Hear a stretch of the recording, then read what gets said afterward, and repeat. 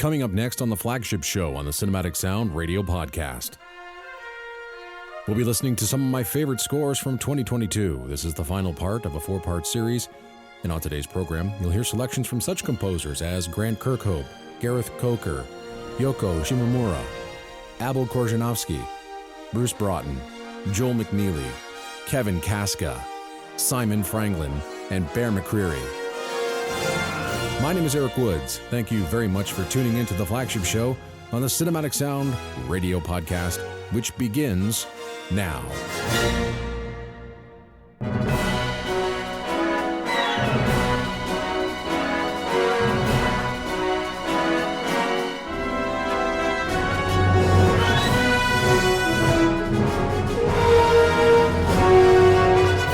On the air and streaming on the web since 1996, this is the Cinematic Sound Radio Network. And welcome to the Cinematic Sound Radio Podcast. My name is Erik Woods, the founder and executive producer of this podcast. I'm also a proud member of the International Film Music Critics Association. This podcast is a celebration of everything film, TV, and video game music.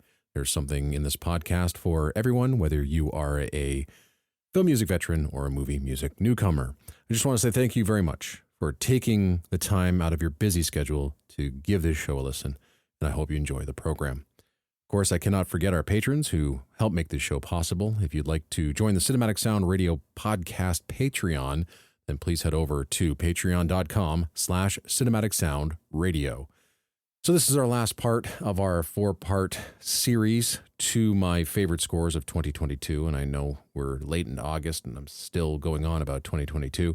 This is a long episode, or a long series. I didn't expect it to go this long, but hey, we got it done, and I just hope you enjoy this journey back to last year, and these are my 5 favorite scores from last year, and I think this show is going to be absolutely dynamite to listen to.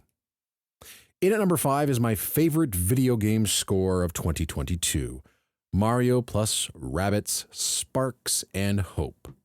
The game is a crossover between Nintendo's Mario and Ubisoft's Rabbids franchises and is a sequel to Mario plus Rabbids Kingdom Battle, which was released in 2017. The 3 composers tasked to work on this score were Grant Kirkhope, Gareth Coker from Ori and the Blind Forest, and Yoko Shimomura from Street Fighter II, Kingdom Hearts, Legend of Mana, Super Mario RPG, and various other games. Now, the producers of this game were super keen to make sure that this game was head and shoulders above the last one, including animation, programming, artwork, music, sound effects, the whole lot. Wired magazine talked to the people involved in making the game and music, and here's what they had to say. The positive reception of Kingdom Battle meant that audio director Roman Briule, creative director Davide Solani, and composer Grant Kirkhope were soon discussing plans for the sequel. Solani wanted to do what Nintendo does with all of its sequels, go bigger. Spark of Hope would have more intense battles and boss fights, more RPG elements, more locations to explore, more rabid caricatures of iconic Nintendo characters, and, much to Kirkhope's surprise, more composers.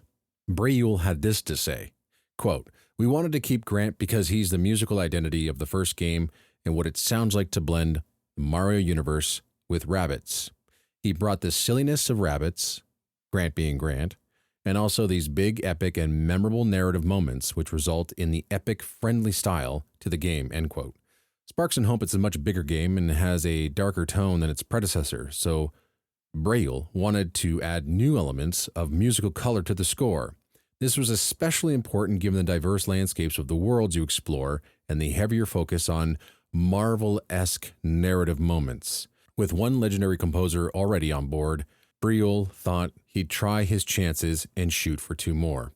Briule, again, is quoted as saying, "As a director, I needed new colors, and we were lucky enough to have Yoko Shimomura and Gareth Coker both saying yes to the game. I believe it's a perfect mix of dedicated styles," end quote. Kirkhope says this extra push resulted in the best music he had ever written, and the Ivor Novellos agreed with him as his score won the Best Original Video Game Score. The catchy tunes are what make this music so fantastic. The score is bursting at the seams with melodies, and Grant Kirkhope has a knack for creating themes that stick in the mind. Fans of Donkey Kong 64 and Banjo-Kazooie, amongst other games, will be able to hum his tunes with ease. The trio of composers on this game created vibrant, upbeat, and optimistic music. It's just plain enjoyable to listen to. You only ever hear consistently upbeat music as you move from one cue to another, and at the conclusion of the game and the album, you are left with this giant smile on your face. And that's simply so refreshing, especially in a time when extreme seriousness and realism may occasionally result in music that is uninteresting, dreary, dark, and unpleasant. Although there's nothing inherently wrong with such tone when it's required, a soundtrack like Sparks of Hope is, well, it's just full of hope. I want to see more scores like this in the future, and there are a lot of them in the gaming world. Just listen to Eric Silver's One Upbeat here on the Cinematic Sound Radio podcast for more examples of music like that. But the themes, melodies, and pure unadulterated pleasure is sorely lacking in modern film and TV, especially from film and TV shows that you would expect to have a sound like this. Here now, my number 5 favorite score of 2022 and my favorite video game score of 2022, Mario plus Rabbids Sparks of Hope, music by Grant Kirkhope, Gareth Coker, and Yoko Shimomura.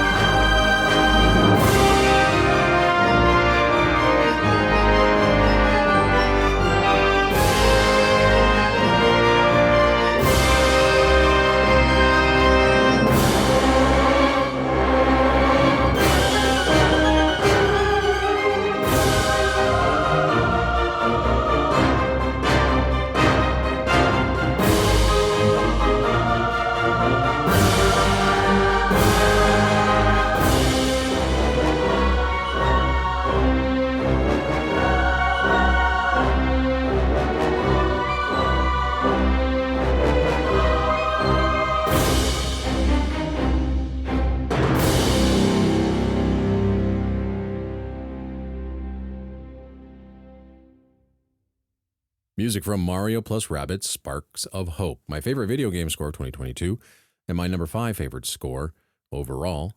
And that was music by Grant Kirkhope, Gareth Coker, and Yoko Shimomura. And the original soundtrack recording is available on Ubisoft Music.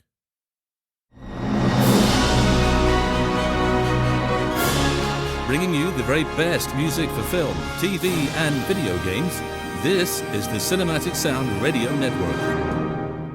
In at number 4, music by Abel Korzeniowski from the film Emily. Emily's a biographical drama written and directed by Frances O'Connor in her directorial debut. It is a part fictional portrait of English writer Emily Bronte. Polish composer Abel Korzeniowski is, in my opinion, one of the best film composers working today. On top of this score, he also scored Till, which we played on an earlier episode of this Favorites of 2022 series. Till's extraordinary, but Korzeniowski takes it to the next level with Emily. For those that think that the haunting, emotional, timeless, melodic orchestral scores for serious dramas have gone the way of the dodo, well, don't fault Korzeniowski because he's doing his best to keep that sound alive in film, and it was brave of first-time director Frances O'Connor to realize that live orchestral music conveys emotional power better than any other music written for film. When talking to Sean Wilson at Spitfire Audio, this is what Abel Korzeniowski had to say about his music. Quote, "The first theme is the first cue that you hear in the film for the opening credits. You have this turbulent violin, and it's the first time you hear the church organs coming in. Then you have a theme which is essentially for the whole structure. This occurs during Emily's failed attempt to become a teacher in Brussels. There are many themes. There's a group of cues that rely on the tingling, trembling, hovering sound of the entire orchestra. And there are 3 or 4 cues following this idea, including the scene of them taking drugs. You have the sharp notes on the violin, and everything in the background oversaturates our senses," end quote. There's so much to unpack with this score, and I don't have time to go through it all. I highly recommend you read the interview on Spitfire Audio to get a deeper understanding into the score. But I will say this.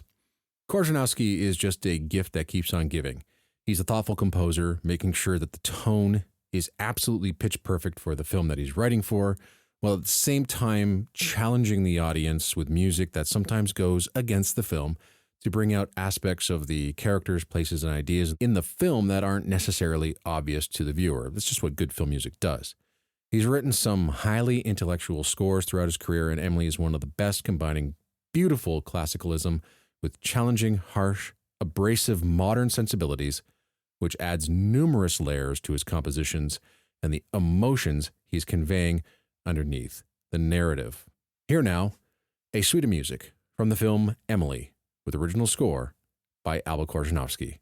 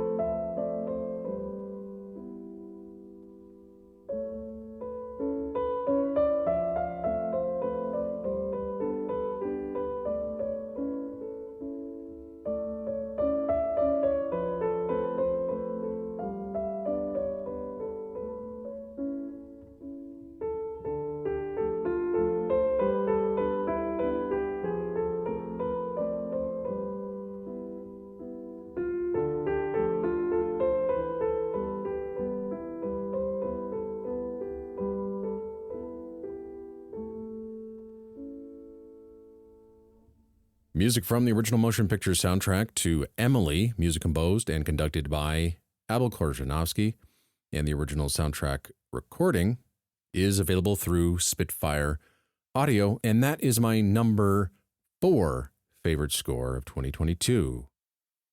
This is the Cinematic Sound Radio Network, and you're listening to the Flagship Show with Erik Woods. In at number 3, and in any other year, this would easily be my number 1 favorite score of the year and my favorite television score of the year, but it's situated in number 3, and I think as you finish this program, you'll know why. But we're going to talk about The Orville right now. It is a wonderful homage to Star Trek. First couple of seasons were on Fox, and then it was picked up by Hulu for season 3 and renamed The Orville New Horizons. The show's the brainchild of Family Guy creator Seth MacFarlane, who also stars as this series' protagonist Ed Mercer, an officer in the Planetary Union's line of exploratory space vessels in the 25th century. And the first 2 seasons of this series featured some of the best orchestral music to come out of all 3 major mediums, film, TV, and video games. How MacFarlane managed to afford large-scale thematic scores from Bruce Broughton, John Debney, Andrew Cotty, Joel McNeely is beyond me. It must have cost him a small fortune.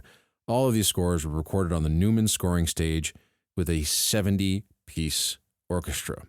The great thing about these scores is that they play the drama, not the comedy. The first season had more of a comedic tone to it, but as this series progressed, especially into the 3rd season, the episodes became much more serious in tone, tackling different and difficult topics, very much comparable to the likes of Next Generation and Star Trek Deep Space Nine.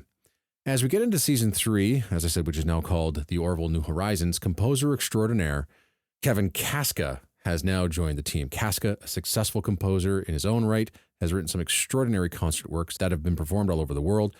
Kaska has also worked with fellow Orville alum John Debney, having first been asked to orchestrate music based on The Passion of the Christ for a 70-minute chorale orchestral concert work. We've actually featured Kaska's material on this show before. I highly recommend checking out a show called 5 Awesome Composers Who Need to Be Scoring Hollywood Films. Season 3 of The Orville opens with a splendid episode called Electric Sheep. As the Orville is refitted and repaired following the battle against the Kalon, most of the crew struggle with Isaac's presence on board. Isaac, who in the 2nd season betrays his friends and helps start a war between his race, the Kalons, and the Union. Kevin Kaska was tasked with scoring this opening episode, and that was one of the most exciting things that I read before seeing this episode. And the music is everything I expected and more. It's nothing short of brilliant. Hiring Kaska once again proves why this is hands down one of the best scored TV series in the past 5 years. There were 2 key sequences where I actually rewound the show. I guess, can you do that nowadays? Is that what you call it when you're watching a digital version of the program? Anyway, I had to go back and watch 2 specific sequences again just to hear the music. The music is that good. It's the kind of stuff you wish you would hear in a Disney-produced Star Wars TV show. The first sequence is similar to the sequence in the Star Trek films, where we get to see the beauty shots of the Enterprise and get to experience nothing but gorgeous visuals and music. Here, after its retrofit, the Orville is given the green light to leave space dock, and all we are left with are dazzling visuals of the retrofitted Orville flying past the camera with Kevin Kaska's bold, sumptuous, ambitious, exuberant, wondrous music playing away. It's magical stuff. The second sequence that just made my jaw drop was the dynamic, scherzo-like music written for the arrival of the new Pterodon fighter. It's just another thrilling sequence. The last cue I wanted to showcase was a wonderful Star Wars-esque contribution by Joel McNeely. Again, here we get another sequence where the music is allowed to shine and take center stage. It's in the 4th episode called Gently Falling Rain, a superb episode, by the way. And the crew is there to escort a Union delegation to the Krill homeworld to sign a historic treaty between the 2 peoples. They've been warring at each other forever. As the crew of the Orville arrive, we get a visually spectacular tour of the Krill homeworld at night with McNeely's tremendous awe-inspiring music driving home the beauty of the planet with its towering skyscrapers and neon lights illuminating the night sky. It's actually very Blade Runner-esque in the visuals, not so much the score. The music's tone shifts about halfway through to highlight the military might of the planet as they, the Krill in the past, along with the Union, were bitter enemies participating in massive battles, but again have come together to help defeat the Kalons in Season 2. But before we get to all of that, you're going to hear Bruce Broughton's newly arranged and newly recorded main title theme for Season 3. So here now, music from a great series that I hope will continue called The Orville New Horizons, or The Orville Season 3. And here we're going to feature music from Kevin Kaska, Joel Mcneely, and we open up with music by Bruce Broughton.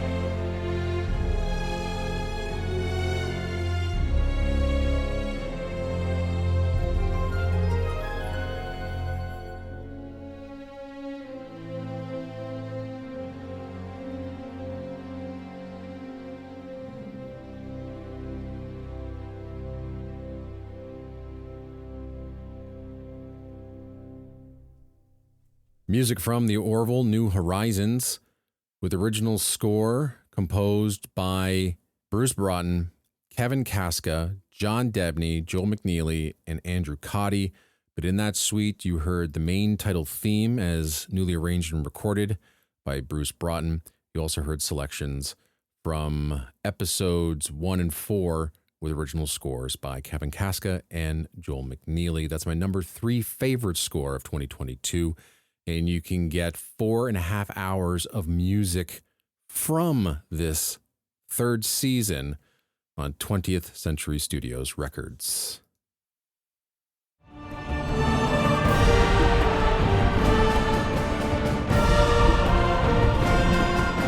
On the air and streaming on the web since 1996, this is the Cinematic Sound Radio Network.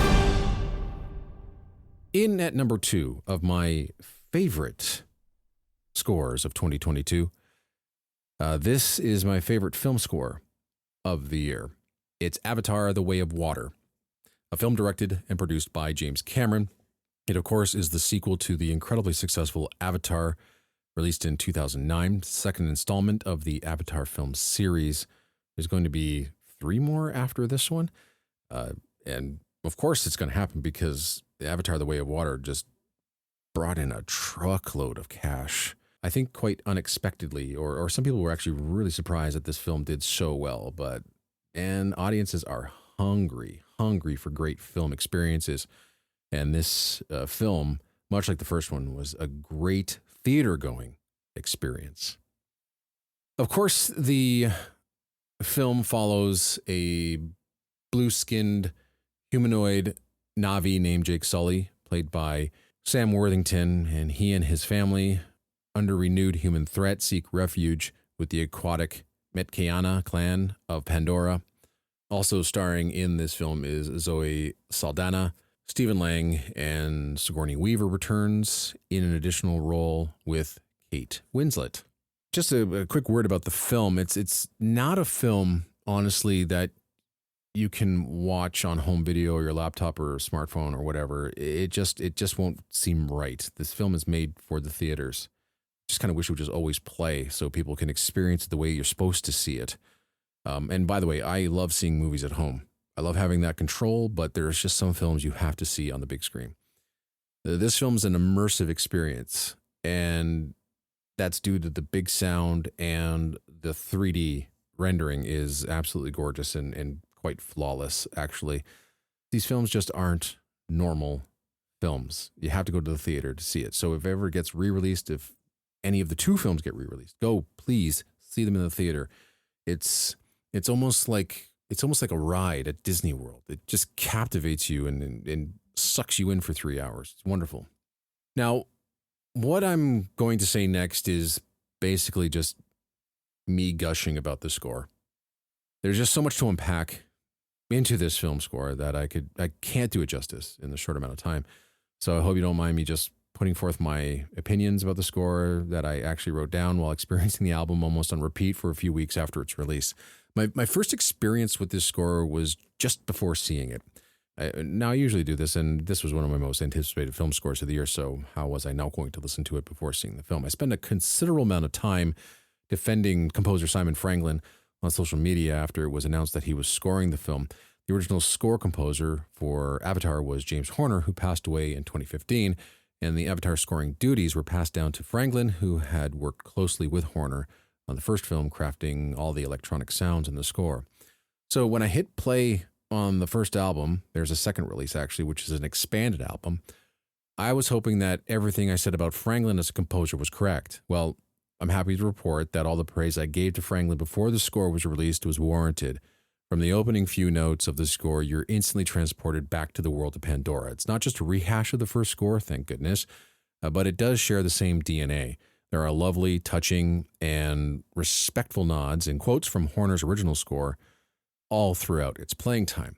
Additionally, Franglen develops these ideas further and creates new ones along the way, giving rise to a uniquely Franglen score that fits in well with Horner's established Avatar musical framework.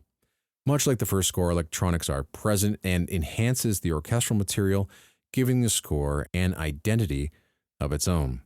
The presence of new synths and electronic sounds and samples in the score are wonderful, but the organic also rings true. There's just lovely string melodies, solo horns, and yes, the danger motif, the 4-note danger motif that James Horner made rather famous or infamous. It depends on how you see it.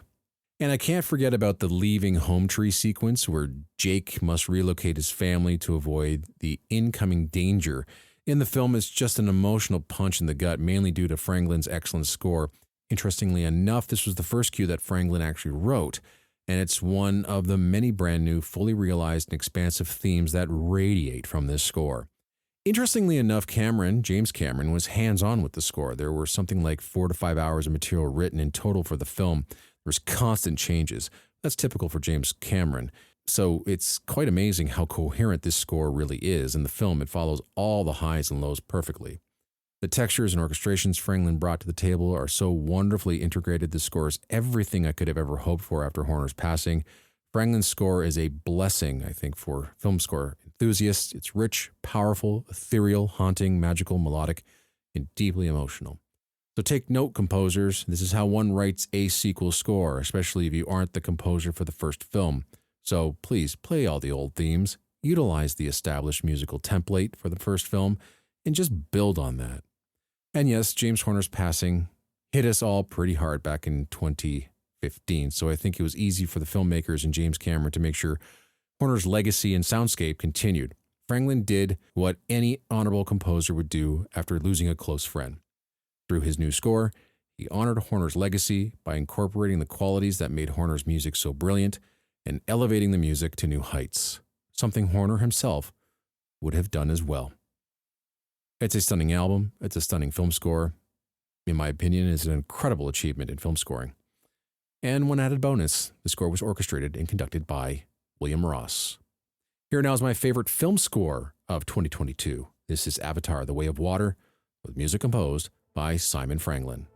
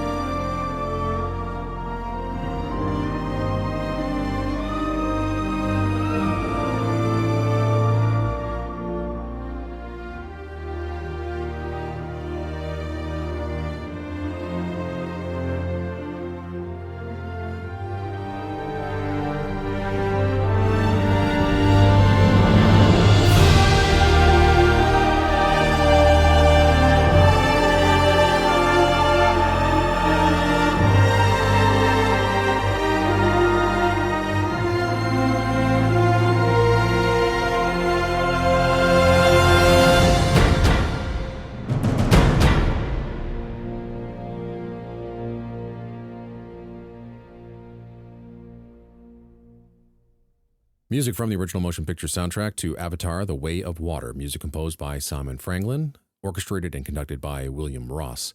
The original soundtrack recording is available on 20th Century Studios Records.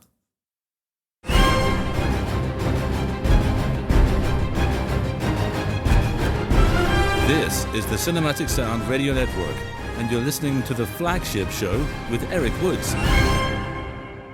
So, my favorite score of 2022 comes from a television miniseries called The Lord of the Rings, The Rings of Power, with original score by Bear McCreary. This series was released on Amazon Prime Video. Of course, it's based on the novel The Lord of the Rings and its appendices by J.R.R. Tolkien. The series is set thousands of years before Tolkien's The Hobbit and The Lord of the Rings and depicts the major events of Middle-earth's Second Age. It was produced by Amazon Studios in association with New Line Cinema and in consultation with the Tolkien estate. Now, Amazon bought the television rights for The Lord of the Rings from the Tolkien estate in November 2017, making a 5-season production commitment worth at least $1 billion US. This would make it the most expensive television series ever made. Although there were a lot of fans that weren't happy with the news and didn't really like the series. Personally, I enjoyed it. I have no ties to the books, never read them. I enjoyed the first 3 Lord of the Rings films very much. Didn't enjoy the Hobbit films at all.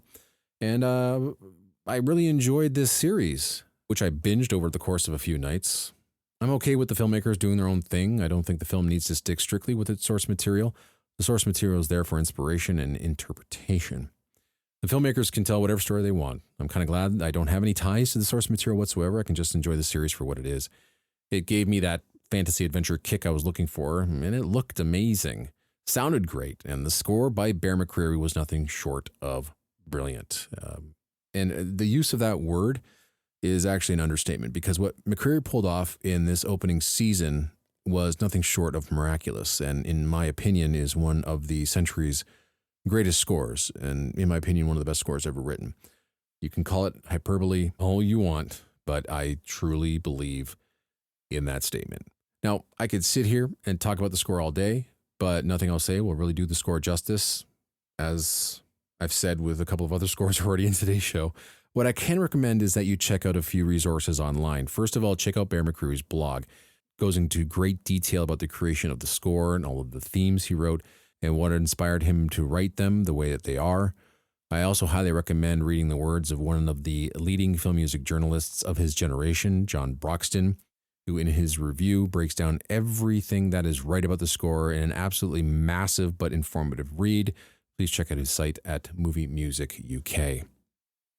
Now, here's what I'm going to say about the score before I let the music do the talking. There are at least 17 new themes for characters and places in this score. Themes are always important to McCreary. However, McCreary felt that he had a more daunting task with his themes and integration into the score, more so than Howard Shore did for his stunning scores for the films that he wrote over 20 years ago. That's due to the fact that each and every character got its own theme, where in the first Lord of the Rings film, there's a fellowship theme for the entire group. But in the Rings of Power, there is now factions of heroes. So the individual themes were needed. Now, I really can't believe it's taken decades to get a series of grand orchestral choral scores with this much thematic depth and dramatic power again. As I mentioned, it's a monumental achievement that should be celebrated by all. And I know there's people out there that don't like it, but man, this score is simply sensational. Now, as I mentioned, each land, faction, race does have its own themes. Numenor, orcs, dwarves, etc. All of those factions needed distinct themes, and they needed themes for the distinct characters within those worlds, lands, and races. So McCreary needed to make all of those themes easily distinguishable with color or instrumentation, melody or intent or emotion. Certain characters have distinct instruments given to them that no other character or place gets, and each theme gets its own distinct interval. While the music is clearly written in McCreary's own unmistakable voice, his goal was to ground the music in the established sound and template left by Howard Shore. Now, while McCreary is doing his own thing and none of the previous Shore themes are in this score, the sound of the score still creates musical continuity with the essence of Shore's contributions to Peter Jackson's films. Now, over 9 hours of music was written for the series. All orchestra was recorded in London, choir was recorded in Vienna, soloists were recorded all over Europe, each episode taking about 10 days to 2 weeks to record in total time, but were actually being recorded over the course of 4 days. All this happening while McCreary was writing music for a new episode. And usually McCreary is getting help from his team to write cues for all of his projects. However, this time, McCreary wrote every single note himself, making it one of the most personal projects of his entire career. Now, his team assisted him with all the other duties, orchestrating, copying, even conducting, which allowed McCreary to have more time to write, which is incredibly important to McCreary. At the 2022 IFMCA Awards, Bear McCreary took home 2 awards for his score, for Score of the Year and Best Original Score for Television, while winning 2 other awards for Composer of the Year and Video Game Score of the Year for God of War Ragnarok. As I mentioned earlier, this is for me easily the best score of the year, one of the best of the century, one of the finest scores ever written. It's a monumental achievement for television, streaming, whatever, and it's hands down McCreary's greatest achievement as a composer up to this point, and the man has written some dazzling scores over his career. I really wish I could play the whole thing for you, but you can listen to every single note McCreary wrote for this series on your favorite music streaming platform. I'm going to play for you character themes from the first album released. That was a highlights album of the series. The themes are for Galadriel, Khazad-dûm, Nori Brandyfoot, The Stranger, and Numenor.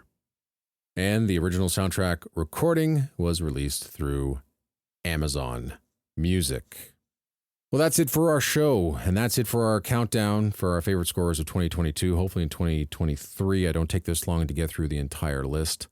But there was just so much great music in 2022. Really a great year, in my humble opinion, especially when you get like scores of this caliber, especially in this top 5. Extraordinary music, extraordinary orchestral music. It's still alive and well, as evident in this 4-part series. So thanks again for listening. My name is Erik Woods. I really hope you enjoyed today's show. And now music from The Lord of the Rings of Power, music by Bear McCreary. And until next time, please take care wherever you are in this world, and happy listening.